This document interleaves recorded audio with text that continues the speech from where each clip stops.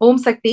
அடுத்ததாக நமது நிகழ்ச்சியில் சேலத்திலிருந்து சக்தி திருமதி சோஃபியா அவர்களை பேசுமாறு அன்புடன் அழைக்கிறேன்.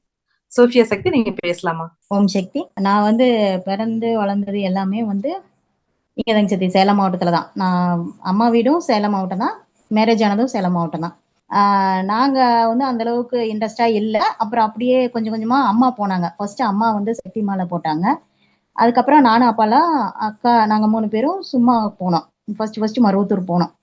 அப்போ வந்து நான் ஃபர்ஸ்டே வந்து எனக்கு அந்த 8 வயசா இருக்கும் போதே ஒரு கனவு. அந்த கனவுல வந்து நான் அம்மாவை பார்த்திருக்கேன்.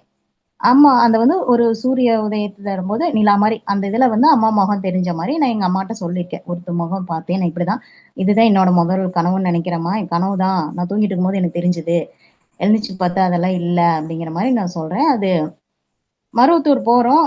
அந்த மருவத்தூர் போறோம், ஃபர்ஸ்ட் மருவத்தூர் மண்ணை மிதிக்கிறோம். அன்னைக்கு வந்து நான் அம்மா பாக்குறேன். அம்மா ஆலயத்தை சுத்தி வராங்க.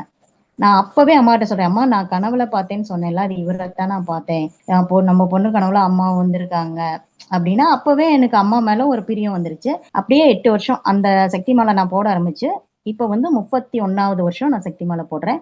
இது வரைக்கும் நான் ஒரு தடவை தடை ஆகாம நான் சக்தி மாலை போட்டிருக்கேன். எங்க அம்மாவும் அப்பாவும் எங்களுக்கு கொடுத்த பெரிய சொத்து. எனக்கையும் எங்க அக்காவையும் நாங்க அப்ப இருந்து சக்தி மாலை போடுறத நிறுத்தாம, எங்களுக்கு எவ்வளோ பண கஷ்டத்துல இருந்தோம். நாங்க லாரியெல்லாம் வச்சிருந்தா அப்பா லாரி லாஸ் ஆகி வித்துட்டாரு. ₹1 இல்லாம வழி இல்லாம. அப்படியே அக்காவோட மேரேஜ் நடந்தது, என்னோட மேரேஜும் நடந்தது. அம்மா வந்து எங்க எங்க குடும்ப சூழ்நிலையை விட தகுதிக்கு மீறின ஒரு இடத்துலதான் எல்லாருமே சொல்லுவாங்க, உங்க தகுதிக்கு மீறின இடத்துலதான் 2 பொண்ணுங்களே கல்யாணம் பண்ணி கொடுத்துருக்கிறீங்க அப்படிங்கிற மாதிரி சொல்லுவாங்க. அதாவது அம்மாவும் அப்பாவும் செஞ்ச தொண்டு, அந்த தொண்டை எங்களுக்கு அப்படியே ஃபார்வர்ட் பண்ணி விட்டாங்க. நானும் அக்காவும் கருவறை பணிக்கு போவோம், தொண்டுக்கு போவோம். நான் வந்து ஃபர்ஸ்ட் மன்றங்கள்ல தொண்டு செஞ்சுட்டு இருந்தேன். அப்புறம் நான் வந்து படிச்சு முடிச்சுட்டு நாங்க டிகிரி முடிச்சுட்டு நான் வந்து வேலைக்கு போக ஆரம்பிச்சோம். அக்கா நாங்க 2 பேருமே வேலைக்கு போக ஆரம்பிச்சோம். அக்காவுக்கு மேரேஜ் ஆயிடுச்சு. நாங்க மறுபடியும் வந்து நான் வேற ஜாப்ல எல்லாம் இருந்துட்டு இருக்கும்போது ஒரு ஒரு சுச்சுவேஷன் வரும்போது அம்மா நீ தொண்டுக்கு வா அப்படிங்கிற மாதிரி அழைக்க ஆரம்பிச்சாங்க. அதுக்கப்புறம் நான் அடுத்து வந்து கருவறையில அப்படியே ஜாயின் பண்ணேன். ஒரு வருஷம் நான் வந்து எல்லா தொண்டுமே பண்ணேன். அதாவது சித்ரா பௌர்ணமி, ஆடி ஆடி பூரம் பண்ணேன். நவராத்திரி, இருமுடி முழுக்க 60 நாளும் அங்க நின்று தொண்டு செஞ்சுட்டு இருந்தோம். சொந்து முடிச்சுட்டு மறுபடியும் சித்ரா பௌர்ணமி வருது. அப்போ வந்து வீட்டுல ஒரு வேள்வி வச்சிடலாம், குடும்ப நல வேள்வி வச்சிடலாம், திருமணம் தடையாயிட்டே வருதுன்னு சொல்லிட்டு குடும்ப நல வேள்வி வைக்கிறோம். குடும்ப நல வேள்வி முடிச்சுட்டு மறுபடியும் நான் ஆடிப்புறம் தொண்டுக்கு வர்றேன். அப்பவே கனவுல காட்டுது எனக்கு வந்து யாரு கனவுல எப்படி கணவர் வரப்போறாரு, எந்த மாதிரி குடும்பத்துல நான் மேரேஜ் பண்ணி போறேன் அப்படிங்கிற மாதிரி காட்டுது. அதுக்கப்புறம் பார்த்தோம்னா ஆவணியில வந்தோடனே கனவு. ஆக்சுவலா மேரேஜுக்கு வேண்டி தான் அம்மாட்ட போயிட்டு இருக்கோம். அம்மா கிட்ட வந்து நாங்க அதுக்கு முன்னாடி நவராத்திரி டைம்ல எல்லாம் போகும்போது அம்மா காப்பு செய்ய சொன்னாங்க. 3 காப்பு செய்ய, நிறைய வரன் வருது, நல்லதா பார்த்து எடுத்து தரேன் அப்படிங்கிறாங்க. ஒரு வரன் வந்தது, அதையும் அம்மா வந்து வேண்டாங்கிற மாதிரி ஒரு கோடு வேடா சொல்லி அதை வேணாங்கிற மாதிரி தடுத்து நிறுத்தினாங்க. நிறைய வர்றதெல்லாம் நான் வந்து வேணாம்னு சொல்லிட்டு, ஏன்னா அம்மா வந்து சொல்லிடுவாங்க கனவுல, இது வேண்டாம், இது சரி வராது அப்படிங்கிற மாதிரி கனவுல காமிச்சிருவாங்க. அப்பா திட்டிகிட்டே இருப்பாரு, நீ வர்றதெல்லாம் வேணாம் வேணான்னு சொல்லிட்டு இருந்தா என்னதான் பண்றதுன்னு கோச்சிட்டாரு. அப்பா டிரைவர் டியூட்டி கிளம்பிட்டாரு. அன்னைக்கு நைட்டு கனவுல வந்து அம்மா என்ன சொல்றாங்கன்னா, என் கையில ஒரு கனி இருக்கு, அது எப்படி எப்போ வாங்கினேன்னு எனக்கு தெரியல. அம்மா வந்துட்டு உடனே எப்போ வாங்கின, எங்கே காட்டு குடு அப்படிங்கிறாங்க. நான் பார்த்தேன் என் கையில வந்து ஒரு எலுமிச்சம்பழம் மாதிரி இவ்வளோ பெரிய கனி இருக்கு, அதை நான் அவங்க கையில கொடுக்குறேன். கொடுத்தோடனே அவர் வந்து அம்மா பார்த்துட்டு அந்த பழத்தை வந்து ரொம்ப ப்ரெஷர் கொடுத்து அம்மா அழுத்துறாங்க. ரொம்ப அப்படியே என்னன்னா ஓட்டப்படுற மாதிரி அழுத்துறாங்க. நார்மலா அந்த பழம் இருந்து உடைஞ்சிருக்கும், ஆனா அந்த பழம் உடையல, ரொம்ப அப்படியே ஸ்ட்ராங்கா இருக்கு. உடனே அம்மா கையெடுத்து மேல தூக்கி காமிக்கிறாங்க, உயரமான ஒரு மரத்தை காட்டுறாங்க. அந்த மரத்துல இருந்து காமிச்சிட்டு இது நல்லது, பெருசு அப்படின்னு சொல்லிடுறாங்க. கனவு கலைஞ்சிருது. நான் உடனே காலையில அன்னைக்கு அடுத்த நாள் விநாயகர் சதுர்த்தி, பிரம்ம முகூர்த்தத்துல மன்றத்துக்கு வந்து விளக்கேத்துறோம். விளக்கேற்றும் போது அம்மாட்ட சொல்றேன் நானு, அம்மா கனவு வந்துடுச்சுமா, இந்த வரன் ஓகே பட்டிருக்குது, அம்மா வந்து இதையே நான் பண்ணிக்கிறேன் அப்படின்னு சொன்னோன்னே எங்க அம்மா ஒரே சந்தோஷம். சரின்னு அவங்கள வர சொல்லிட்டு பாக்குறோம். நான் பார்த்துட்டு சரியா கூட அவரை பார்க்கல, ஓகே சொல்லிட்டேன். அவருக்கு உங்களுக்கு ஒரு என்னன்னா, அவர் வந்து 10th படிச்சிருக்காரு, நான் MBA படிச்சிருக்கேன், என்னடா ஓகே சொல்லிடுச்சு அந்த பொண்ணு, எதுக்கு ஓகே சொல்லுச்சுன்னா அம்மா வந்து சொல்லிட்டாங்களே, அம்மா தான் ஓகே சொல்லிட்டாங்கல்ல, அதனால நான் ஓகேன்னு பண்ணிட்டேன். அதுக்கப்புறம் வந்து அம்மா மறுபடியும் கனவுல வர்றாங்க. வந்து என்ன சொல்றாங்கன்னா, மருவத்தூர் வர சொல்லி கூப்பிடுறாங்க. அதாவது அம்மாவோட செக்யூரிட்டி வந்து கூப்பிடுறாரு, அம்மா வர சொல்றாங்க, உங்களை வர சொல்லுங்கன்னு, வர சொல்றாங்க அப்படிங்கிற மாதிரி கனவு வருது. அதுல பார்த்தா நான் பாத பூஜைக்கு போற மாதிரி தட்டெல்லாம் எடுத்துட்டு போற மாதிரி. மறுபடியும் நாங்க பாத பூஜைக்கு போறோம். போன உடனே எங்க அப்பா என்னங்கிறாரு, அம்மா என் பொண்ணு கல்யாணத்தை நல்லபடியா நடத்தி கொடுத்துருமா அப்படின்னு கேட்கிறாரு. அம்மா சிரிச்சுட்டே என்னங்கிறாங்க, திரும்பி சொல்லு அப்படிங்கிறாங்க. அப்பா மறுபடியும் வந்துட்டு, அம்மா என் பொண்ணு கல்யாணத்தை எந்த பிரச்சனையும் எல்லாம் நடத்தி கொடுத்துருமா, இப்படி வந்திருக்கு அப்படின்னு. ஃபர்ஸ்ட் அம்மா என் வரன் வந்திருக்குன்னு சொன்னோன்னே அம்மா கேட்குறாங்க, பையனுக்கு பொண்ணுக்கு பிடிச்சிருச்சு இல்லை அப்படின்னு. பிடிச்சிருச்சுங்க அப்படின்னு. அம்மா உத்தரவு கொடுத்துட்டா நீ செஞ்சிரு, முகூர்த்த தேதியெல்லாம் சொல்லு அப்படிங்கிறாங்க. அப்புறம் அப்பா இப்படி பாடு சொல்லிட்டே இருக்கிறதுக்கு அம்மா சிரிக்க ஆரம்பிச்சாங்க. நீ என்னடா சினிமால பாடுற மாதிரி பாடுற, எங்க திரும்ப சொல்லு அப்படிங்கிற. திருப்பும் அப்பா சொல்றாரு, அங்க பக்கத்துல எல்லாத்திட்டும் வீரராகவும் சத்திட்டு எல்லாத்திட்டும் சொல்லி, இவன் பாடுறா சினிமால பாடுற மாதிரி பாடுறான், உனக்கு என்னடா பிள்ளை கல்யாணம் நடக்கணும் அவ்வளவுதானே, அப்போ நவராத்திரி காப்பு பண்ணு, நான் நடத்தி கொடுத்துட்றேன் அப்படிங்கிறாங்க. உடனே நாங்க வெளியில வந்துடுறோம். அப்பாவுக்கு செம்ம கோவம். என்ன நீ இப்படி, அம்மா வந்து இப்படி சொல்றாங்க, நான் எவ்வளவு ஃபீலிங் வேதனையில சொல்றேன், புள்ள கல்யாணம் நடக்கணும், இவ்வளவு வருஷம் டிலே ஆயிடுச்சு, 30 வயசு ஆயிடுச்சு, இப்பதான் நடக்குது, இப்படி அம்மா சொல்றாங்களே அப்படின்னு சொல்றாங்க அப்படின்ட்டு திரும்ப வந்து அம்மா வந்து எங்களை சிரிச்சுட்டே இல்லை, அம்மா தான் நான் காப்பு பண்ண சொல்லிட்டாங்களா, அதெல்லாம் நடத்தி கொடுத்துருவாங்க அப்படின்ட்டு நாங்க நவராத்திரிக்கு தொண்டுக்கு வந்துட்டோம். தொண்டுக்கு வந்துடுறோம். அந்த வருஷம் ஃபர்ஸ்ட் நாள் வந்து எங்களுக்கு நவராத்திரி காப்பு பண்ண ஆரம்பிச்சதுல இருந்து 9 நாள் நாங்க காப்பு பண்றோம். அந்த 9 நாளும் ஒரு பிரச்சனை ஓடுது. அந்த திருமணத்தை நிறுத்துறதுக்கு சில பேர் வந்து அதை எதாவது எதுவும் சொல்றாங்க. அப்புறம் அப்படியே அந்த கல்யாணம் வந்து நல்லபடியா நடத்தி கொடுத்துட்டாங்க அம்மா. அந்த காப்பு செஞ்சு முடிக்கும் போது அம்மா கல்யாணம் வந்து நடத்தி கொடுத்துட்டாங்க. அதுக்கப்புறம் வந்து ஃபர்ஸ்ட் கல்யாணம் ஆயிட்டு நாங்கள் இருமுடி செலுத்துறதுக்கு நாங்க போகும்போது பார்த்தோம்னா, அம்மா வந்து ஆண் வாரிசு கொடுக்குறேங்கிற மாதிரி சொல்லிட்டாங்க. என்ன சொல்லிட்டாங்கன்னா, வெள்ளாட்டு பாலோட சில மருந்துகள் சாப்பிடுங்கன்னு சொல்லிட்டாங்க. ஆண் வாரிசு கொடுக்குறேன்னு சொன்னாங்களா. நாங்க அப்ப பார்த்தா நான் கன்சீவா இருந்திருக்கேன். ஆண் வாரிசு கொடுக்குறேன்னு சொன்னோடனே நாங்க வந்து அதை கம்முன்னு இருக்க மாட்டோமா, வெளியில எல்லாத்திட்டையும் சொல்லிட்டோம், அம்மா ஆண் வாரிசு கொடுக்குறேன்னு சொல்லிட்டாங்க. அது என்ன ஆச்சுன்னா, எங்கனால அந்த தடையாயிடுச்சு. அந்த அந்த மருந்து சாப்பிடவும் முடியல. பொண்ணும் பிறந்துட்டா. ஃபர்ஸ்ட் பொண்ணு பொண்ணாவே பிறந்துட்டா. அப்போ வந்து என்னடா அம்மா ஆண் வாரிசு கொடுக்கணும், சரி அம்மா சொன்னதை செய்யல, அதனால நமக்கு வந்து பொண்ணு பிறந்துட்டா, செஞ்சிருந்தா பையனா இருந்திருக்கும் அப்படின்னு நினைச்சோம். 2வது பொண்ணு கன்சீவா இருக்கும்போது அம்மா வந்து 2வது சடனா கன்சீவ் ஆயிட்டேன். அதாவதுன்னா ஒரு 5 மாசம் தான் அவளுக்கு ஆகுது பெரியவளுக்கு. அப்பவே சடனா கன்சீவ் ஆயிட்டேன். குழந்தை கன்சீவ் ஆனதே தெரியல. அம்மா கனவுல வந்து சொல்றாங்க, என்ன வயித்துல குழந்தை இருக்குன்னு கூட தெரியாம நீ அப்படியே படுத்திருக்கியா, எழுந்துரு போய் செக்அப் பண்ணு அப்படிங்கிறாங்க. பார்த்தா கன்சீவா இருக்கேன். என்னடா அதுக்குள்ள நம்ம இன்னொரு குழந்தை, ஏன்னா இப்ப அவளும் குழந்தை, இவளும் இந்த பொண்ணும், இதுவும் குழந்தையா இருக்கு, இது பொண்ணா இருக்குமா பையனா இருக்குமா, மறுபடியும் இது அம்மா உடனே சரி பையன் கொடுக்கறனால பையனா இருக்குமா அப்படின்னு யோசிச்சுட்டு நாங்க, எனக்கு என்னன்னா போறோம் டாக்டர் கேட்கறாங்க, டாக்டர் என்னமோ இன்னொரு குழந்தை உடனே எல்லாம் வேண்டாம் நீ அபார்ஷன் பண்ணிக்கோ அப்படிங்கிற மாதிரி கேட்கறாங்க. எனக்கு என்னன்னா அம்மாவோடதுல இருக்கும், அது ஏதாவது கருவளர்ச்சி சரியில்லாம இருந்தா அபார்ஷன் பண்ணிக்கலாம், இல்லைன்னா நம்ம வச்சுக்கலாம் அப்படிங்கிற மாதிரி யோசிச்சேன். பார்த்தா எல்லாம் வளர்ந்துருச்சு. 2 3 4 மாசம் ஆயிடுச்சுமா, கருவெல்லாம் நல்லா வளர்ந்துருக்கு, முழு உருவம் வந்துருச்சு அப்படிங்கிறாங்க. எனக்கு என்ன பண்ணேன்னு தெரியல. வந்துட்டேன். அம்மா மறுபடியும் கனவுல வந்து கேட்கறாங்க, என்ன கேட்கறாங்கன்னா, உனக்கு பூ வேணுமா பொருள் வேணுமான்னு கேட்கறாங்க. எனக்கு என்னன்னு சொல்றதுன்னு தெரியல. பொருள் எப்பவுமே கேட்கக்கூடாதுல்ல அம்மா கிட்ட அப்படிங்கிறதுனால நான் வந்து பூ வேணுமா அப்படின்னு சொல்லிட்டேன். அப்படின்னு சொன்னோன்னா, அதான் கொடுத்துருக்கேன் போ அப்படின்னு சொல்லிச்சு. என்னடா பூ வேணும்னு சொல்லிருக்கோம், அதான் கொடுத்துருக்கேன்னு சொல்றாங்களே அப்படின்னு யோசிக்கிறேன். எதுக்குமா இப்படி கேட்டீங்க, நான் என்ன சொன்னேன், இதுக்கு என்ன அர்த்தம் அப்படின்னு சொல்லி கேட்கும்போது அம்மா சொன்னாங்க. அது அம்மா நமக்குள்ளேயே இருந்து சொல்லுவாங்க இல்லைங்களா, சில விஷயங்கள் நம்ம கேட்கும்போது. அது என்ன அர்த்தம்னா, பூ வைக்கிற இடத்துல, பொண்ணை வைக்கிற இடத்துல ஒரு பூவை வைக்கணும் அப்படின்னு ஒரு அர்த்தம் சொல்லுவாங்க. அப்புறம் தீர்க்க சுமங்கலியா இருக்கணுங்கிறதுக்கு அந்த பூங்கிற அர்த்தம். பொருளுங்கிறது வந்து என்னன்னா, பொருள்னா செல்வ செழிப்பும் வச்சுக்கலாம். இன்னொன்னு வந்து ஆசைக்கு ஒரு பொண்ணு ஆசைக்கு ஒரு பையன் சொல்லுவாங்க. அது ஆண் வாரிசு குறிச்சிருக்குது. நான் வந்து அம்மாட்ட பொண்ணு வேணும்னு கேட்டேன், 2வது குழந்தை. உடனே 2வது குழந்தையும் 2வது அவ பொண்ணு தான், என்ன கன்ஃபார்ம் பண்ணிட்டேன், அது பொண்ணு தான் கன்ஃபார்ம் ஆயிடுச்சு. டாக்டர் வேண்டாமாங்கிறாங்க, நாங்களும் வச்சுக்கிட்டோம். வச்ச உடனே அந்த குழந்தைய கலைக்க கூடாது, அம்மா கொடுத்துட்டாங்களா, அதான் பூ வேணும் கேட்டோம்ல நாமளே, அம்மா கொடுத்துட்டாங்க அப்படின்னு சொல்லிட்டு நான் வச்சுக்கிறேன். அப்போ அம்மா கனவுல வந்து கேட்கறாங்க, உனக்கு என்ன வேணும், நீ என்ன கேட்டாலும் உனக்கு கிடைக்கும், உனக்கு என்ன வேணும்னு கேட்கறாங்க.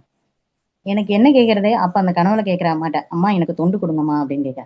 இல்ல உனக்கு எல்லாமே உன்னை தேடி வரும், நீ எதையும் தேடி போக வேண்டியதில்லை, உன்னை எல்லாமே தேடி வரும், உன்னோட நல்ல மனசுக்கு உனக்கு எல்லாமே கிடைக்கும் அப்படிங்கிற. இல்லம்மா எனக்கு தொண்டு கொடுத்துருங்க, எனக்கு தொண்டு மட்டும் போதும் அப்படின்னு. அப்ப அம்மா சொல்றாங்க, அந்த இருமுடி முழுக்க 60 நாள் தொண்டுன்னு தான் நம்ம சொல்லுவோம். அந்த 60 நாள் நீ வந்து இங்க நின்று தொண்டு செய்யணுங்கிற அவசியம் இல்லை, ஒரு நாள் வந்து செய்யு, ஒரு நாள் வந்து செஞ்சினா போதும், வா ஒரு நாள் மட்டும் வந்து செய்ய அப்படின்னாங்க. இன்னும் எனக்கு 6 7 வருஷம் ஆயிடுச்சு, எல்லா தொண்டும் செய்யறேன், அந்த இருமுடி தொண்டு மட்டும் போய் அந்த ஒரு நாள் என்னால செய்ய முடியல. இந்த வருஷம் கண்டிப்பா போய் அந்த இருமுடியில ஒரு நாள் கண்டிப்பா செஞ்சிடணுங்கிறது வந்து ஒரு இதா இருக்கேன் சத்தி. அப்புறம் 3வது கண்டிப்பா பையன் ஒண்ணு வேணும் அப்படிங்கறதுனால, ஒரு வாரிசு வேணும், அதான் அம்மா ஃபர்ஸ்ட் செக் வேற கொடுத்து சொல்றேன்ட்டாங்க, கொடுக்குறேன்னு சொல்லிட்டாங்கல்ல, அதை நம்ம என்ன பண்றது அப்படின்னு சொல்லிட்டு நான் வந்து வெயிட் பண்ணோம். வெயிட் பண்ணிட்டு இருக்கும்போது வீட்டுல ஒரு குடும்ப நல வேள்வி செஞ்சோம். செஞ்சுட்டு நாங்க போய் அம்மா கிட்ட மறுபடியும் அம்மாட்ட ஒரு டைம் பாத பூஜையில போய் கேட்கும்போது, நான் இருக்கேன் போ அப்படிங்கிறாங்க. அப்போ வந்து பார்க்கும்போது கன்சீவ் ஆயிட்டேன் நானு. பையன் பிறந்து 2016ல கல்யாணம் பண்றோம். 17ல பொண்ணு பிறக்கிறா, 18ல 2வது பொண்ணு பிறக்கிறா, 21ல 3வது பையன் பிறக்கிறான், 23ல நான் மறுபடியும் தொண்டுக்கு ரிட்டர்ன் ஆகுறேன் கருவறைக்கு. கருவறைக்கு தொண்டு போறேன், சாந்தி சக்தி நீ வாடா அப்படின்னு சொல்லிட்டு ஒரு நாள் அரை நாள் அப்படிங்கிற மாதிரி தொண்டு செஞ்சுட்டு வந்துட்டே இருக்கேன். அதுக்கப்புறம் சித்ரா பௌர்ணமி தொண்டு நம்ம செய்யணும் அப்படின்னு பார்த்தேன். கருவறையில கொஞ்சம் பேட்ச் தான் கிடைக்கும்னு நீ மாவட்டம் மூலியமா வாண்டாங்க, நான் மாவட்டம் மூலியமா போறேன். ஆக்சுவலா நான் அந்த தொண்டுக்கு நான் வந்து 10 நாள் போய் செய்வேன்னு யாருமே எதிர்பார்த்திருக்க மாட்டாங்க. என்னையும் அம்மா எப்படி இழுத்துட்டு போனான்னு தெரியல. அந்த அதுக்கு போறதுக்கு முன்னாடி ஒரு கனவு வருது. அம்மா என்னங்கிறாங்க, உனக்கு ஒரு கிரேடு இருக்கு, அது எல்லாத்தையும் நேம் லிஸ்ட் மறுபடியும் அம்மா நேம் லிஸ்ட் எடுக்கிறாங்க. நேம் லிஸ்ட்ல எழுதிட்டு இருக்காங்க. என்ன பார்த்துட்டு சோபியா வந்திருக்கா, அவ பேர் எழுதிக்கோங்க அப்படிங்கிறாங்க. நான் சொல்றேன், நான் தொண்டே பண்ணலையேம்மா, என் பேர் எதுக்கு அதில் எழுதுறீங்க அப்படிங்கிறேன். இல்ல உனக்கு ஒரு கிரேட் இருக்கு அப்படின்னு சொல்லிட்டு சோபியா பேர் அதில் எழுதுங்க அப்படிங்கிறாங்க. அப்புறம் நான் சித்ரா பௌர்ணமி தொண்டுக்கு போறேன். எனக்கு தெரியாது இந்த மாதிரி பொறுப்பாளர்கள் போடுறதெல்லாம் எதுவும் தெரியாது. நான் பாட்டுக்கு தொண்டு பண்ணிட்டே இருக்கேன். சித்ரா பௌர்ணமி தொண்டு முடிச்சுட்டு வரேன், பஸ்ல வர்றேன். பஸ் ஏறி டிக்கெட் கூட வாங்கல, அந்த பாசிட்டிவ் டோல்கேட் கூட தாண்டல. எங்க வட்ட தலைவர் கால் பண்ணிட்டு, உங்களை வந்து தெற்கு மாவட்ட வேள்வி குழு இணை செயலாளராக போட்டிருக்காங்க சத்தி, நீங்க எழுந்துக்குவீங்க எல்லாம், ஒன்றும் பிரச்சனை இல்லாம போட்டிருக்கேன்னு சொன்னாரு. எனக்கு அப்போ அவ்வளவு சந்தோஷமா இருந்தது. அம்மா வந்து நம்ம இப்பதான் தொண்டு பண்ணிட்டு அம்மாட்ட கேட்டு வரோம், அம்மா வினை தீரத்துக்கு வழி சொல்லுமா, வினை தீரத்துக்கு வழி சொல்லுமா, எனக்கு பண்ணிவிடுமா அப்படின்னு பார்த்தா அம்மா வந்து வேள்வி தொண்டு கொடுத்துட்டாங்க. அதுவும் வந்து இணை செயலாளர் ஆக்கி விட்டு தொண்டு வேள்வி தொண்டு கொடுப்பாங்கன்னு எனக்கு எதிர்பார்க்கல நான். அது வந்துட்டோம். ஆனா உனக்கு ஒரு மைண்ட்ல ஒரு தோட்டு, இதை நம்மளால பண்ண முடியுமான்னு நான் யோசிச்சுக்கிட்டே இருக்கேன். ஆனா அம்மா வந்து நீ இதை செய்யணுங்கிற அம்மா உணர்த்திக்கிட்டே இருக்காங்க. ஏன்னா ஒரு வாட்டி நான் வந்து போறேன், ஏன்னா போன வருஷம் ஆன்மீக ஜோதி ஏத்துற விழாவுக்கும் நாங்க போயிருந்த போது வேள்வி தொண்டு மாவட்ட மீட்டிங் கூப்பிட்டுருக்காரு. மீட்டிங் தை அமாவாசைக்கு போயிட்டு அடுத்த நாளே அம்மா எங்கன்னா நாங்க சத்தியபுரத்துல ஜோதி ஏத்துறாங்க, அந்த தொண்டுக்கும் வரணும். ஆனா மீட்டிங்கும் வந்து அம்மா பர்த்டேக்குன்னு சொல்லி வர சொல்லிட்டாங்க. தை அமாவாசையா இருக்குன்ட்டு மீட்டிங்கும் அவாய்ட் பண்ணாம நாங்க போயிட்டு ரிட்டர்ன் வந்துட்டு மறுபடியும் குழந்தைங்களையும் பார்த்துக்கிட்டு வேள்விக்கு போக முடியல. அந்த முதல் நாள் தொண்டுக்கு போக முடியல. மாவட்ட தலைவி அம்மா ஃபோன் பண்ணி, என்னம்மா நீ தொண்டுக்கு வரலையா, நீ தானே எல்லாம் செஞ்சிருக்கணும், எல்லாரும் இருக்காங்க, நீ மட்டும் வரல, நீ காலையிலயாவது வந்து யாகத்துல வேள்வியில கலந்துக்கிட்டு போ அப்படின்னு சொல்லி கூப்பிடுறாங்க. சரி அவங்க சொல்லியும் போகாம இருக்கக்கூடாது அப்படின்னு சொல்லிட்டு நான் போறேன். ஆனா வந்து வீட்டுல குழந்தைங்களை எல்லாம் பாத்துக்கிறதுக்கு ஆள் இல்லை. ஏன்னா எங்க அம்மா வந்து கருவறை தொண்டர், கருவறையில ஜெயலட்சுமி சக்தி அவங்கதான் எங்க அம்மா. அவங்களும் அங்க கருவறையில தொண்டுல இருக்காங்க, நானும் இங்க இருக்கேன். அந்த தை அமாவாசை முடிச்சுட்டு நாங்க வரும்போது கருவறையில இருந்து சக்தி ஒருத்தர் வந்து எங்க அம்மாட்ட அந்த கருவறையில இருந்து எடுக்கக்கூடிய அந்த சந்தனத்தை கொடுத்தாங்க. அம்மா ஓடி வந்து எங்கிட்ட, இங்க பாரு சந்தனம் வந்து அம்மா உனக்காகவே கொடுத்துருக்கா, அந்த சந்தனத்தை நீ வாங்கிட்டு போ அப்படின்னு சொல்லி கொடுக்குறாங்க. நான் அந்த பிரசாதத்தை வாங்கிட்டு வரேன், வீட்டுக்கு வாங்கிட்டு வந்து வச்சுட்டேன். அதுக்கப்புறம் அந்த ஜோதி ஏத்துற ஃபங்க்ஷனுக்கு என்னால போக முடியல. போயிட்டு நான் தான் அடுத்த நாள் போறேன். போகும்போது எங்க மாவட்ட தலைவர் சொல்றாரு, இங்க பாருமா, நான் வந்து என் வாழ்க்கையில நான் எதுவுமே மெடிக்கல் இன்சூரன்ஸ் எல்லாம் கிளைம் பண்ணனதே கிடையாது, எந்த ஹாஸ்பிட்டலையும் நான் செலவு பண்ணது கிடையாது. அதனால நீ அந்த பணி இருக்கு இந்த பணி இருக்குன்னு நீ தொண்டை அவாய்ட் பண்ணாத, உனக்கு அம்மா தொண்டு உன்னங்கிட்ட நிறைய அம்மா எதிர்பார்க்கறா, நீ வந்து செய்யணும் அப்படிங்கிறாங்க. சரிங்க சத்தின்னு சொல்லிட்டு இருக்கேன். எல்லாரும் முடிச்சுட்டு எல்லாரும் முதல் நாளே தொண்டு வந்தனால கிளம்புறாங்க. கடைசியா தலைவர் நினைக்கிறார், இந்த யாக கொண்டதெல்லாம் மட்டும் இடிச்சு எல்லாம் கிளைம் பண்ணி கொடுத்துட்டு போயிருமா அப்படிங்கிறாங்க. நான் அதை செஞ்சுட்டு இருக்கேன். அதுக்கு முன்னாடியே தலைவர் வந்து மைக்ல எல்லாம் எடுத்துக்கிட்டு ஓரளவுக்கு தொண்டை பத்தி பேசுறாரு. பேசும்போது என்ன சொல்றாருன்னா, அம்மா ஒரு பணி கொடுத்தாருன்னா அதை முடிச்சுட்டு போகணும், வந்தோன்னா வாட்சை பார்த்துட்டு போகக்கூடாது, ஒரு சக்தி அப்படித்தான். அம்மா வந்து மருவத்தூர் விட்டு வெளியில போவேன்னு சொன்னாங்க, அவர் போனதுக்கு அப்புறம் அவர் கை விரல் கட் ஆயிடுச்சு அப்படின்னு சொல்லிட்டு அந்த கதையை சொல்லிருக்காரு. நாங்க பாட்டுக்கு இங்க தனியா நின்று பேசிட்டு இருக்கோம். அந்த கதையை சொல்லிட்டு இறங்கி வந்து எங்கிட்ட சொல்றாரு, இங்க பாருமா, இந்த கதையை நான் ஏன் சொல்றேன்னா, இந்த நடந்த சம்பவத்தை இது நான் உனக்கு தான் சொன்னேன், நான் இங்க இருக்க மத்தவங்களுக்கு சொல்லல, உனக்கு தான் சொன்னேன்.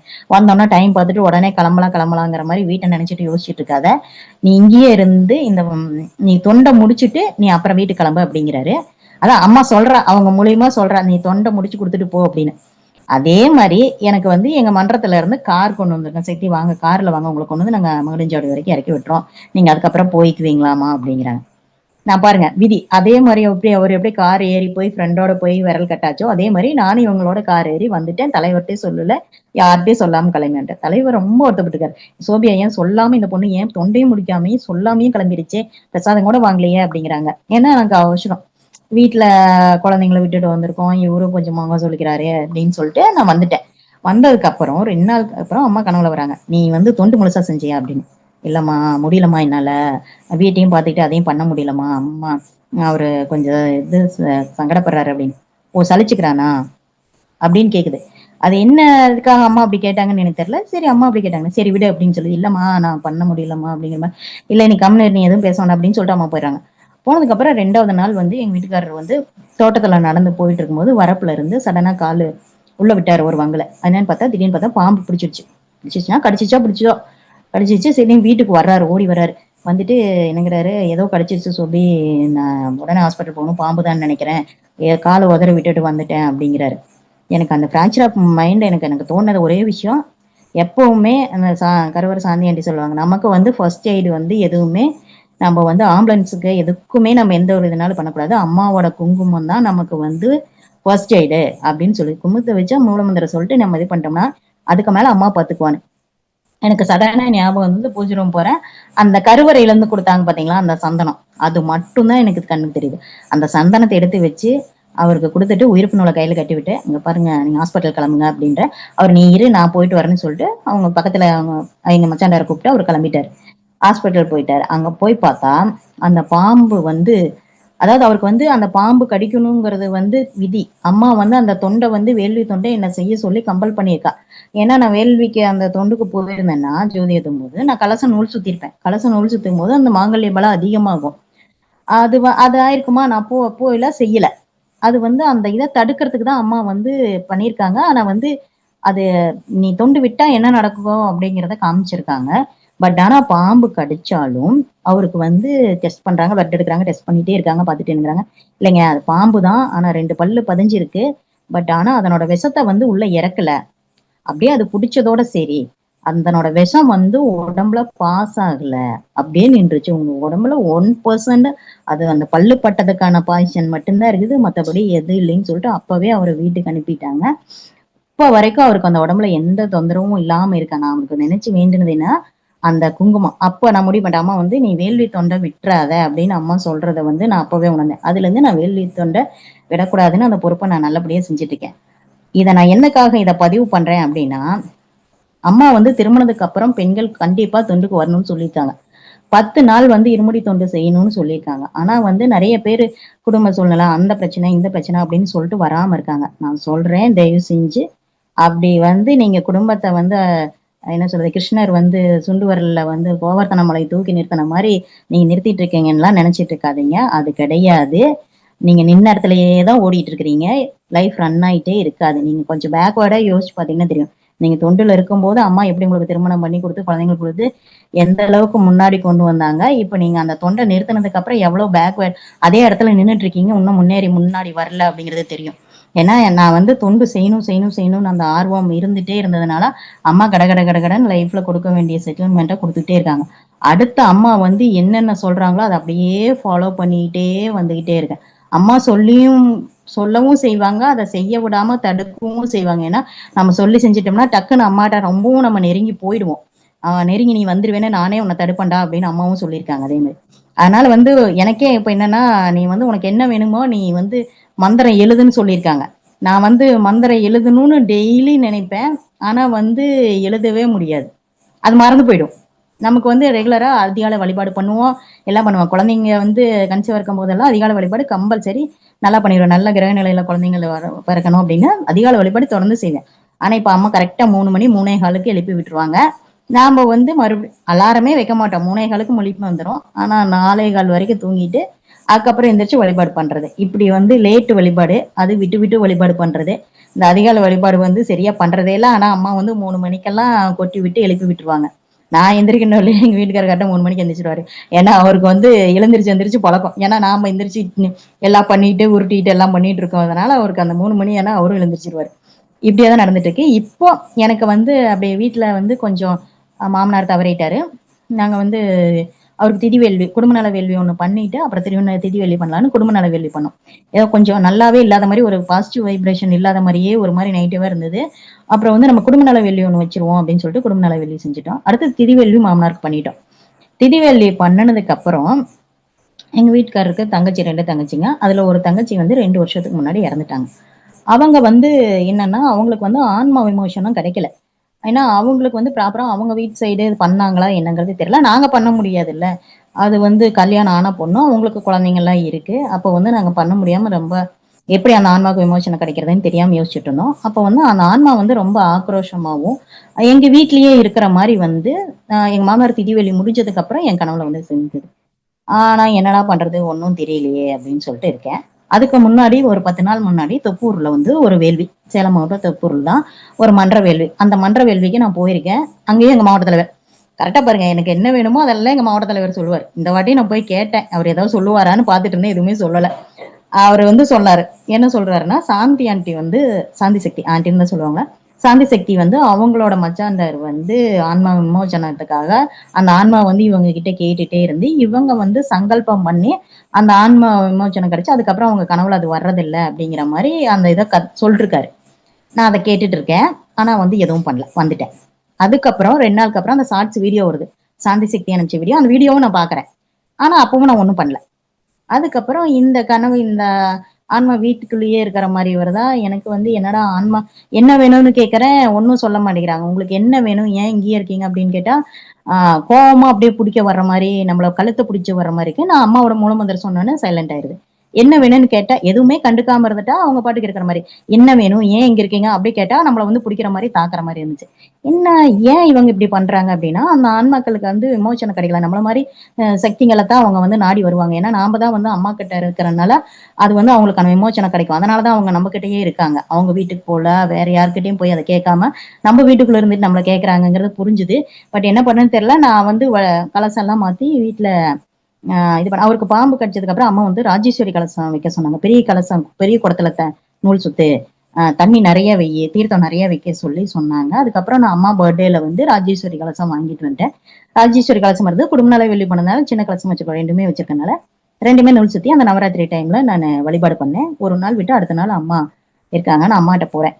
எங்கம்மா வர்றதே இல்லை, ரொம்ப நாள் ஆச்சு, ஏன் எதுவுமே கண்டுக்க மாட்டேங்கிறீங்க அப்படின்னு நான் கேட்கிறேன். ஒயிட் அண்ட் ஒயிட்ல இருக்காங்க அம்மா. செவ்வாடையில ஒயிட் அண்ட் ஒயிட் வச்சுட்டு ஒயிட் ஷர்ட்ல இருக்காங்க. அம்மா திரும்பிட்டு, ஏன் என்னாச்சு உனக்கு அப்படிங்கிறாங்க. தானே நீ நல்லா தானே இருக்க அப்படிங்கிற மாதிரி. என்ன என்ன ப்ராப்ளம் அப்படிங்கிறாங்க.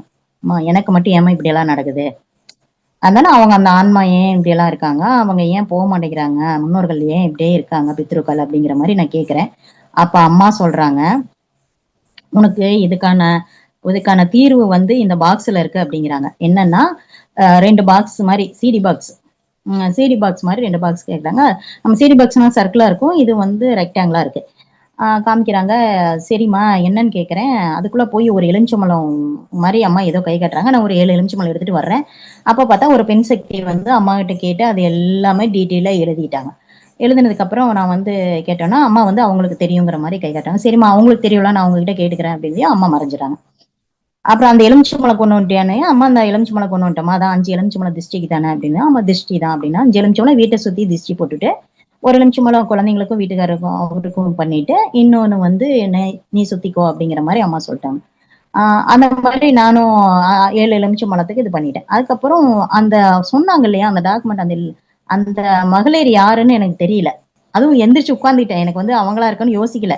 எழுந்திருச்சு 5 மணிக்கு உட்காந்துருக்கேன். எங்க வீட்டுல வந்து ஏன் இப்படி உட்காந்துருக்க அப்படிங்கிறாரு. அம்மா கனவுல வந்தாங்க, அம்மா கனவுல வந்தாங்கன்னு யோசிக்கிறேன். அது என்னன்னே என்னால கண்டுபிடிக்க முடியல. சரி நம்ம போய் வழிபாடு பண்ணிடுவோம்னு சொல்லிட்டு போய் வழிபாட்டுல உட்காந்துறேன். வழிபாடு முடிக்கும் போது பார்த்தோம்னா சக்தி சுதாலகன் எனக்கு ஞாபகத்துக்கு வர்றாங்க.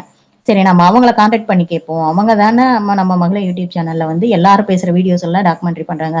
அப்ப இந்த மாதிரி ஏதாவது ஆன்மாக்களுக்கான விமோசனத்துக்கு ஏதாவது ஒரு டாக்குமெண்ட் ஃபைலா இருக்கும், நம்ம அதை தேடி கண்டுபிடிச்சிடணும் அப்படின்னு சொல்லிட்டு அவங்களுக்கு நான் வாய்ஸ் மெசேஜ் போடுறேன். அந்த வாய்ஸ் மெசேஜ் அவங்க பார்த்துட்டு அவங்க எனக்கு கால் பண்ணி என்ன சொன்னாங்க தெரியுங்களா? இப்பதான் நான் கருவறையில சாந்தி சக்திக்கு போன் பண்ணிட்டு வைக்கிறேங்க. அதுல வந்து ஒரு 300 பேருக்கு ஆன்மாக்களுக்கு வந்து ஆன்ம விமோசனத்துக்கு வந்து இந்த மாதிரிதான் எழுதி கொடுத்துருக்கோம், இறந்தவங்களோட பேரு. அது வந்து 9 முறை சங்கல்பம் பண்றது லட்சார்ச்சனையில. இதுக்கு வந்து ஸ்பெஷலா பண்றோம் இந்த வருஷம். நான் எனக்கே 300 பேர் வந்திருக்காங்கன்னா இன்னொன்னு இடையில வந்தவங்க எத்தனை பேருன்னு தெரியல, எல்லாத்துக்கும் சேர்த்து வச்சு ஒரு நாள் பண்றோம். சாந்தி சக்தி தான் அவங்க குரூப் தான் வந்து இந்த லட்சார்ச்சனைக்கு வந்து இந்த இது பண்ண போறாங்க ஆன்ம விமோசனத்துக்கு. நீங்க வந்து அதுவாத்தான் இருக்குங்கிறாங்க. எனக்கு டவுட், நம்ம அன்னைக்கும் இது பண்ணோம் இல்ல வேற ஏதாவது இருக்கும். அம்மா இவ்வளவு ஈஸியானதா இருந்தா நீ சாந்தி சக்திட்டு கேட்டு சொல்லியிருக்கேன்ல, நீ சங்கல்பம் பண்ணணும்னு சொல்லியிருப்பாங்களே, இல்ல வேற ஏதோ பெருசா இருக்குது அப்படின்னு நினைச்சிட்டு நான் பண்றேன். அவங்க சொல்றாங்க, இது வந்து டாக்குமெண்ட்ரி வந்து 2022 வந்த வீடியோல இந்த ஷார்ட்ஸ் தான் நாங்க எடுத்து போட்டோம். இது வந்து 2022லயே வந்துருச்சு, அவங்க அப்பவே இது டாக்குமெண்ட் ஆயிடுச்சு அப்படிங்கிறாங்க.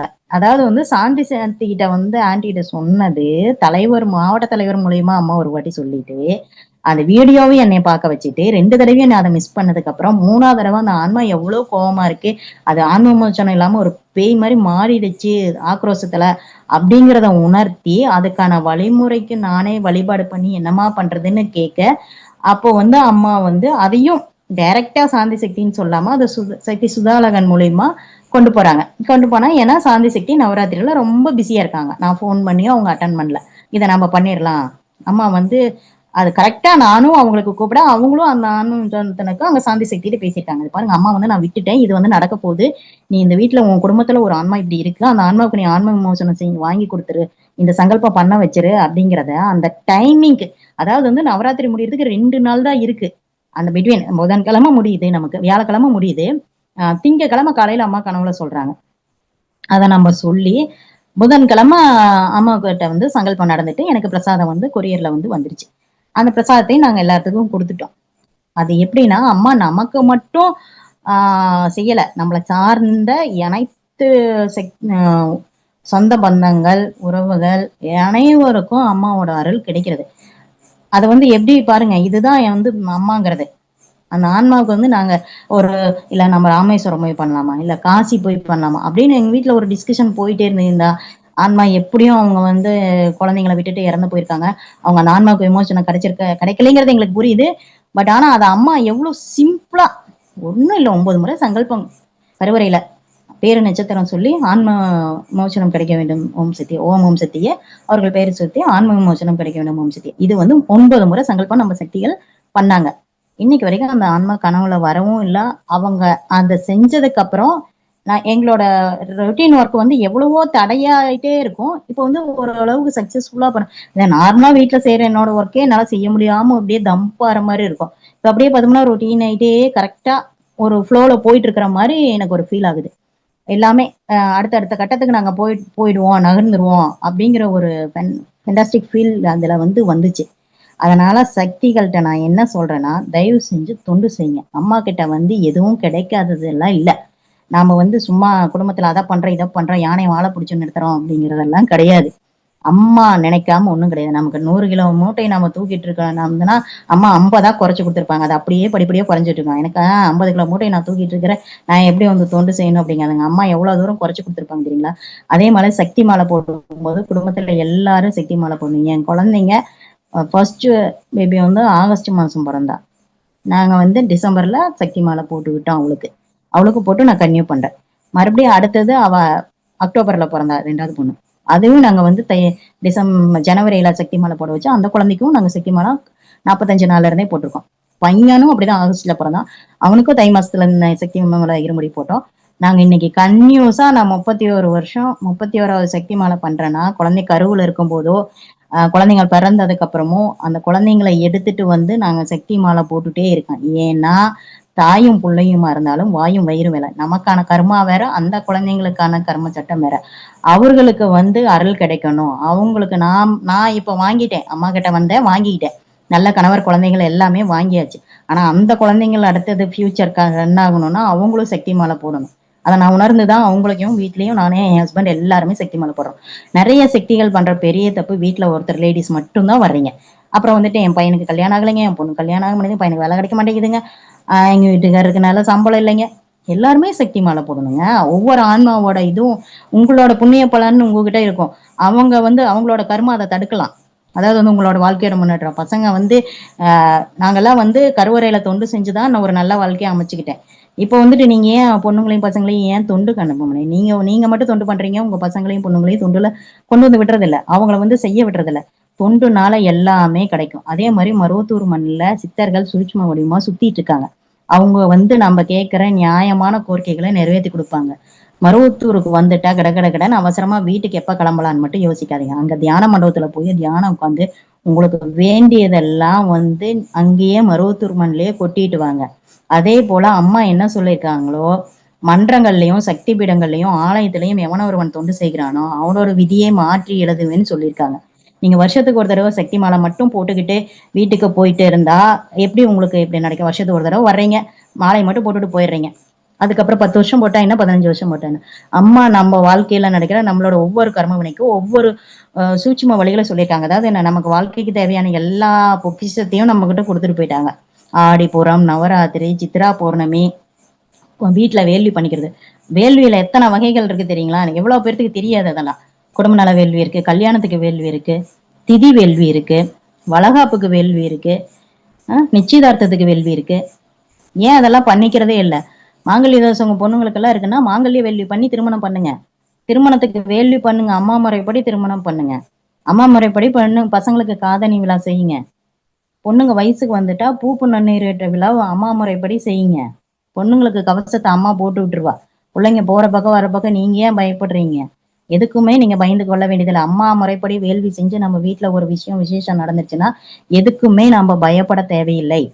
அம்மா கிட்ட இருக்கோம்னா எதையுமே பயப்பட தேவையில்லை. எந்த கிரக நிலைகள் வந்தாலும், எந்த சூழ்நிலைகள் கேட்டு போயிருந்தாலும், அம்மா முன்னாடி நம்ம இருக்கிறோம் அப்படின்னா, அம்மாவோட கண் பார்வையில இருக்கிறோம்னா அதுக்கு பயந்துக்கணுங்கிற அவசியமே கிடையாது. இப்ப வந்து சக்தி மலை இருமுடி சீசன் ஆரம்பிக்க போகுது.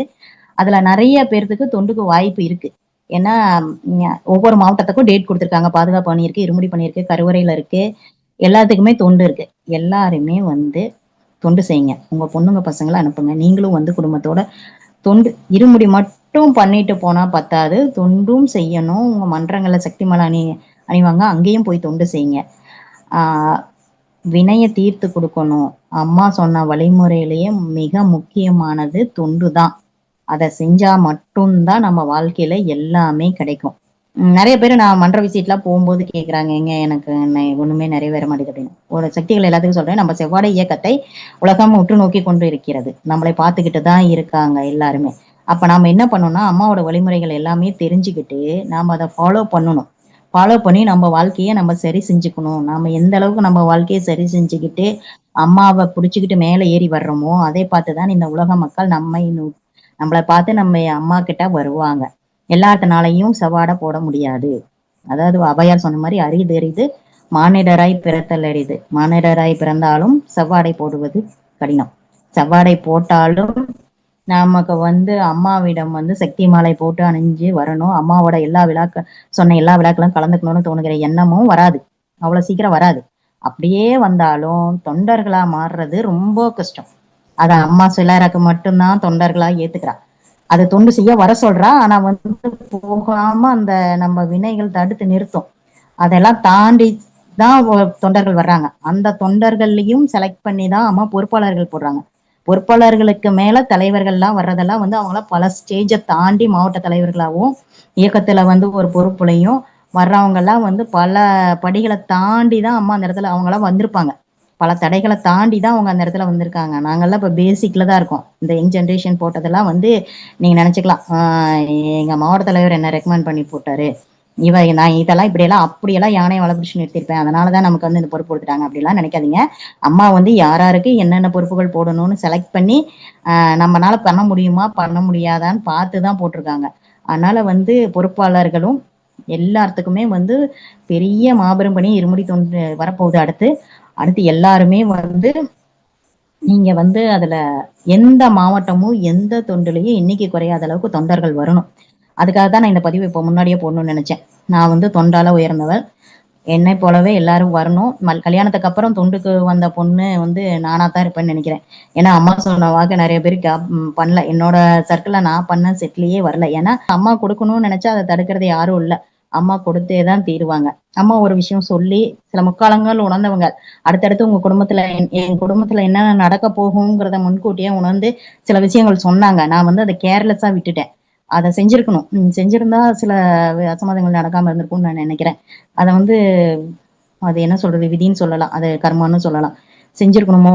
சித்ரா பௌர்ணமிக்கு வர சொல்லியிருந்தாங்க. அந்த வருஷம் நான் அந்த சித்ரா பௌர்ணமி போயிருந்தேன்னா சில விஷயங்கள் தள்ளி போயிருந்திருக்குமோ அப்படிங்கிற மாதிரி எனக்கு ஒரு கில்ட்டியா இருக்கேன். பட் ஆனா அதை இப்போ நான் கன்டினியூ பண்ணிட்டு இருக்கேன், அதை செஞ்சுட்டு தான் இருக்கேன். அது மறுபடியும் எதுவும் அந்த மாதிரி இருந்துடக்கூடாது அப்படிங்கிறதுனால.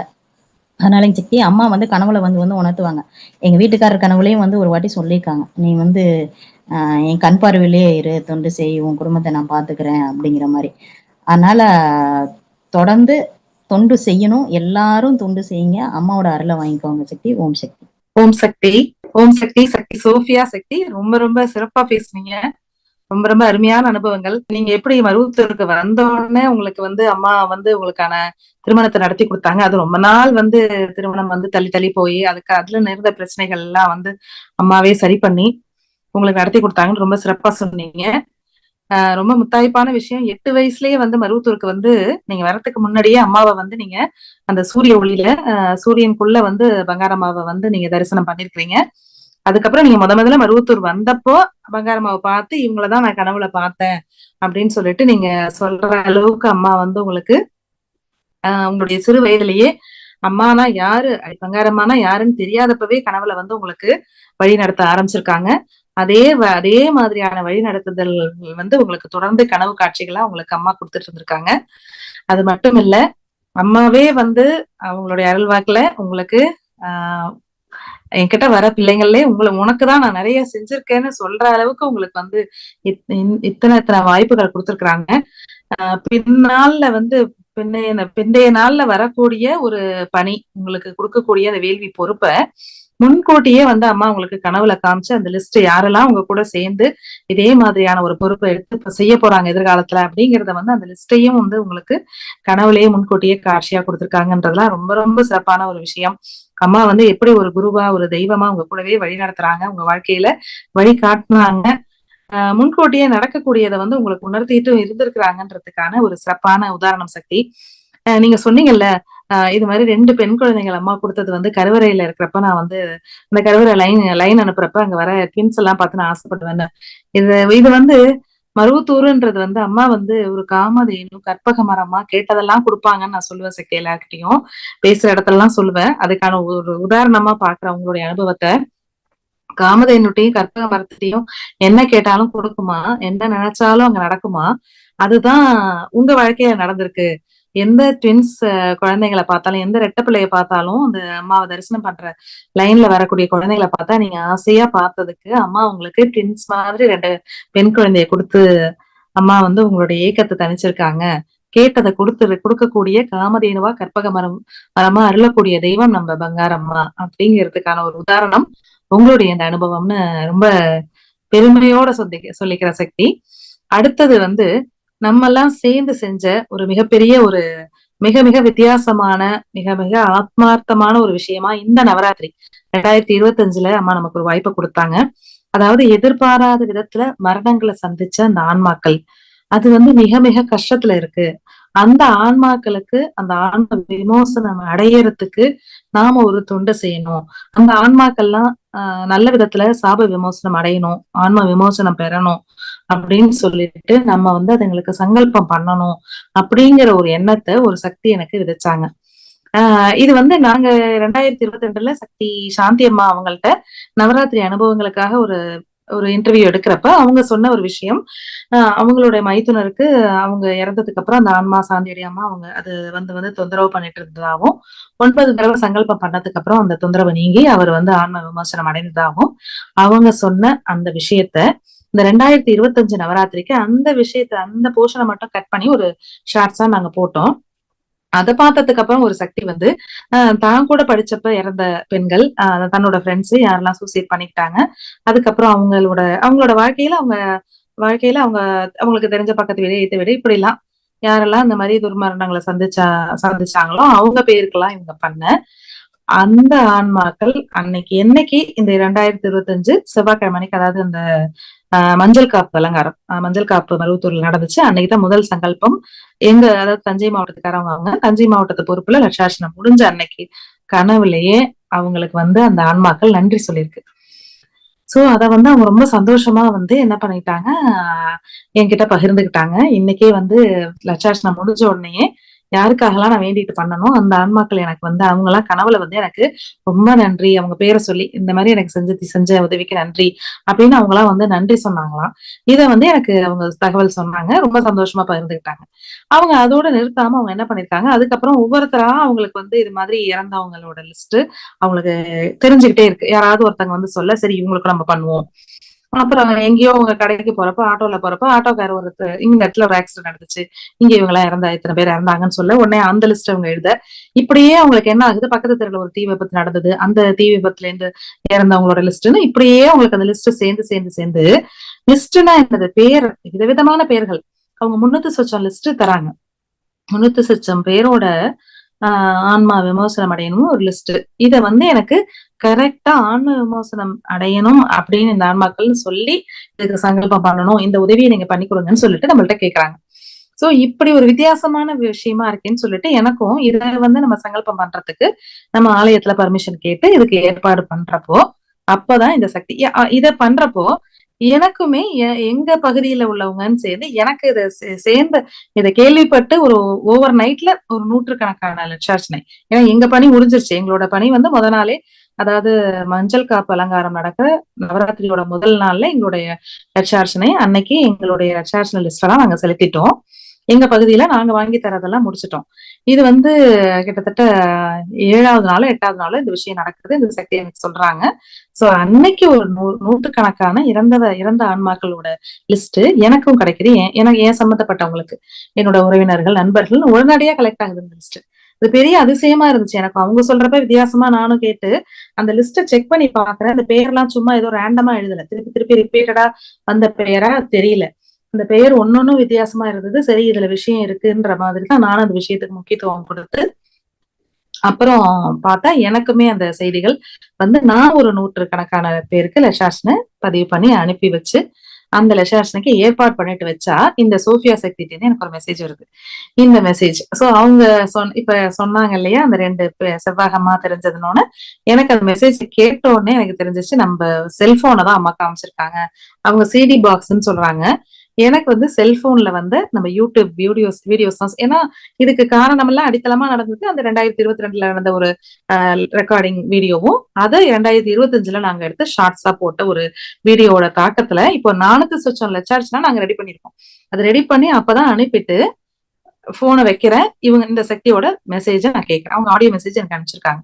சோ அதை கேட்டுட்டு எனக்கு உடனே பளிச்சுன்னு தெரிஞ்சது, புரிஞ்சது. அந்த செவ்வகம் அவங்க கனவுல அம்மா காமிச்சது இந்த 2 யூடியூப் வீடியோஸ் தான் காட்டுறாங்க. அது செல்போன்ல காட்டியிருக்காங்க அப்படிங்கிற மாதிரி எனக்கு புரிஞ்சது.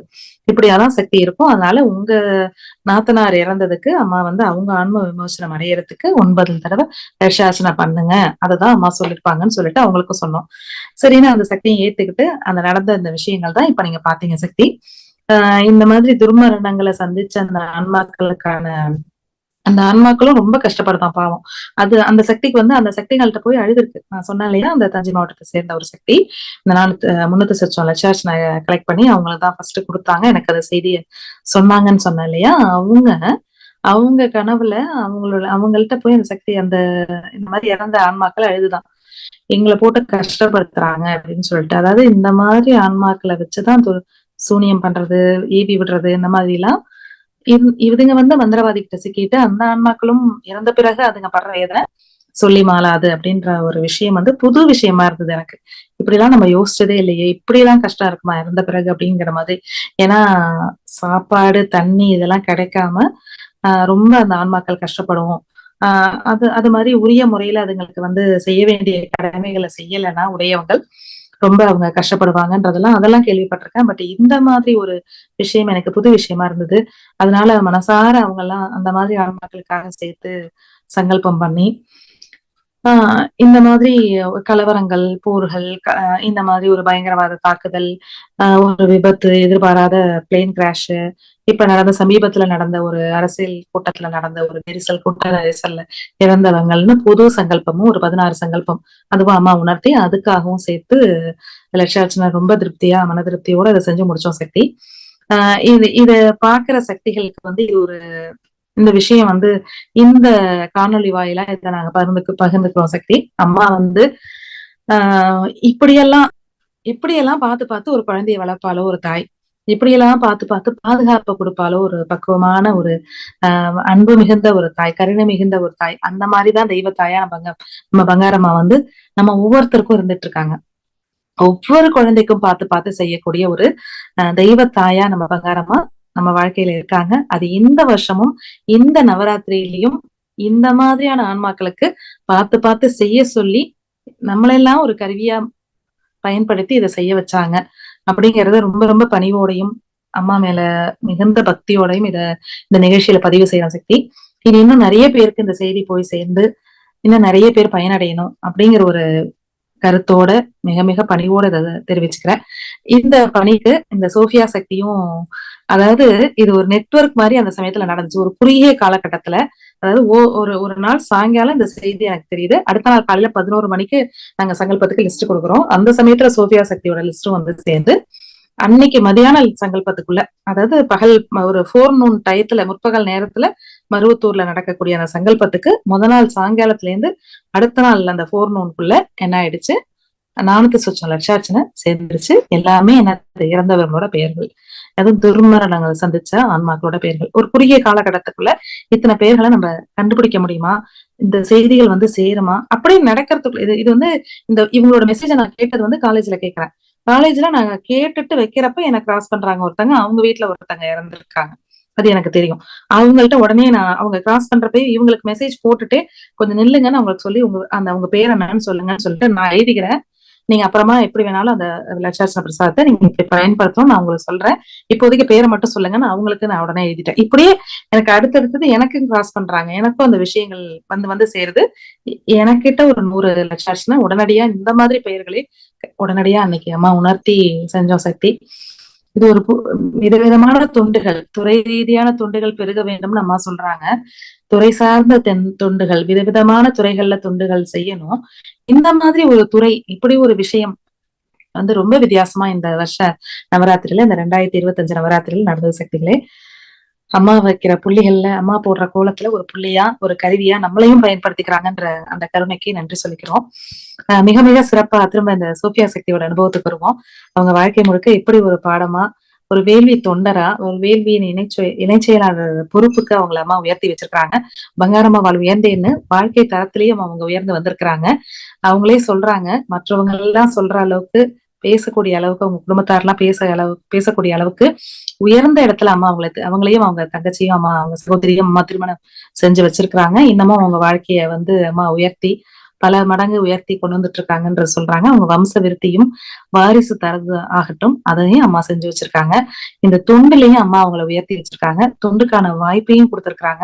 பல பேருக்கு திருமணம் ஆனதுக்கு அப்புறம் தடையாகக்கூடிய அந்த ஆன்மீக வாழ்க்கை, தொண்டு வாழ்க்கை இவங்களுக்கு பல மடங்கு நல்ல விரிவடைஞ்சு இன்னமும் அவங்க வந்து பல பேருக்கு வழிகாட்டக்கூடிய அளவுக்கு அவங்களை அம்மா உயர்த்தி வச்சிருக்காங்க.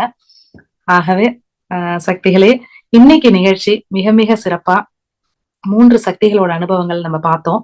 இந்த 3 சக்திகளோட அனுபவத்திலையும் ஒரு பொதுவான ஒரு விஷயம் என்னன்னு பாத்தீங்கன்னா, 3 சக்திகளுமே அம்மாவுடைய சேனல்ல, இந்த யூடியூப் சேனல் மூலமா அம்மா வந்து அவங்களுக்கு கொடுக்கக்கூடிய ஒரு வாய்ப்பை வந்து 3 பேருமே பகிர்ந்துக்கிட்டாங்க. இது நம்ம வந்து எதிர்பார்க்காம நடந்த ஒரு விஷயம் தான். அந்த 3 பேரையும் நம்ம பங்காரம்மா வேண்டேன்ற ஒரு டாபிக்காக தான், இந்த தலைப்புலதான் பேசுறதுக்கு நம்ம கூப்பிட்டுருந்தோம். ஆனா அவங்க வெளிப்படுத்தின தங்களோட அனுபவங்கள் மூலமா நாம இங்க இதுல புரிஞ்சுக்கிட்ட ஒரு பொதுவான ஒரு குறிப்பு என்னன்னு பாத்தீங்கன்னா, 3 பேருமே மகளிர் சேனல் மூலமா சில குறிப்புகளை, சில வழிநடத்துதல்களை அம்மா வந்து அவங்களுக்கு கொடுத்திருக்கிறாங்கன்றது புரிஞ்சுக்கிட்டோம். இந்த தொண்டு மென்மேலும் சிறக்க நீங்களும் வந்து உங்களுடைய அனுபவங்களை அவசியம் பகிர்ந்துக்கணும்னு கேட்டுக்கிறோம். உங்களுடைய அனுபவங்களை பகிர்ந்துக்க wamagale@gmail.com இந்த மின்னஞ்சலுக்கு உங்களுடைய அனுபவங்களை நீங்க அவசியம் அனுப்பி வைங்கன்னு கேட்டுக்கிறோம். அம்மாவின் தன்மலர் திருவடிகளுக்கு கோடான கோடி நன்றிகளை சமர்ப்பித்து இன்றைய நிகழ்ச்சியை நிறைவு செய்கிறோம். நன்றி, வணக்கம், ஓம் சக்தி.